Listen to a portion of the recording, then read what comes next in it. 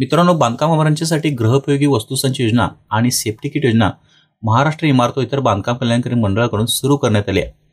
या भांडी किट योजनेचा लाभ बऱ्याच बांधकाम कामगारांना अजूनही मिळाला नाही, पण आता ही योजना पुन्हा सुरू करण्यात आली आहे. आणि या योजनेमध्ये फक्त काही ठराविक बांधकाम कामगारांनाच सध्या भांडी सेट आणि पेटीचे वाटप करण्यात येत आहे. आता हे भांडी किट वाटप कोणत्या कामगारांना मिळणार आहे, तसेच सेफ्टी किट पेटी कोणत्या बांधकाम कामगारांना देण्यात येणार आहे, हे आपण या व्हिडिओमध्ये पाहणार आहोत.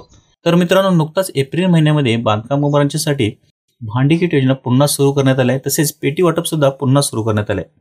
आता या योजनेमध्ये फक्त ज्या बांधकाम कामगारांची नोंदणी ऍक्टिव्ह आहे आणि ते एप्रिलमध्ये संपणार आहे, अशा बांधकाम कामगारांना या बांधकाम कामगार भांडी किट सेट आणि सेफ्टी किट पेटी बांधकाम कामगारांना दिले जाणार आहे.